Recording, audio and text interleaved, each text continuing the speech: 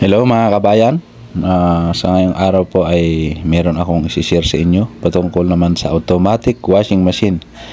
Ngayong araw nga pala ay nandito tayo sa Jeddah. At ito meron nga palang nagpagawa ng automatic washing machine na ayaw o mahinang mag-spin yung sa dryer. So ang ginawa ko ay yun, tiningnan ko yung drain niya at wala naman nakabara. So yan, dito nahihiya pa akong mag-video dahil nakakahiya kay sa may-ari. So patago na lang to. At ito nga ay tinik ko yung fan belt dahil lang sabi niya ay hindi na katulad dati daw na mahina yung ikot ng dryer. Hindi masyadong na dry yung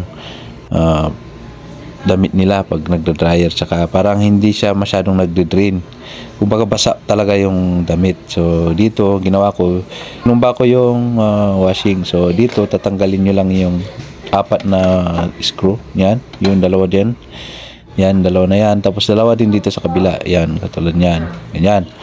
So tanggalin nyo lang yan para ma-access nyo yung fan belt. So upang checking, yung pag-check ko, tinignan ko yung fan belt ay maluwag dahil sabi niya 5 taon na daw to. So ito, ayan, pagtanggal ko ay iyan, nabiyak, may biyak siya, tsaka maluwag siya, hindi masyadong mahigpit yung fan belt, kaya ganun talaga na mahinang umikot. So ayun, tinanggal ko at sabi ko na bili na lang ng bago. Ayan, tingnan nyo naman,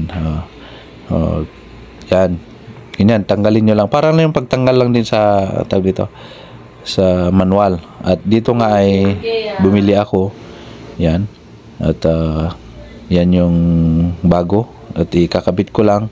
At isusubukan natin. So paglagay ay madali lang naman. Hindi ko na videohan kung paano paglagay.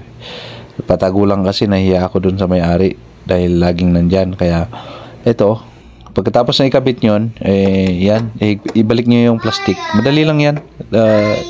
Apat lang na screw naman yan. So ilagay nyo lang ganyan. Tapos ihigpitan nyo. Ang hirap mag-higpit kasi hawak ko yung isang isa kamay ko, hawak yung isang cellphone. So dito i-check natin kung bumalik na, maganda ng ikot, at i-on natin. Tsaka ilagay natin sa spin. Dahil dito ang problema niya, spin daw, mahina daw mag-ikot. So dito ay sinubukan nga natin at pinakita ko sa kanya yung paano pag-ikot. So yan, tingnan natin kung umikot. Tingnan nyo yun sa salamin, yan. At yun, kita nyo mga kabayan, no? Umikot na.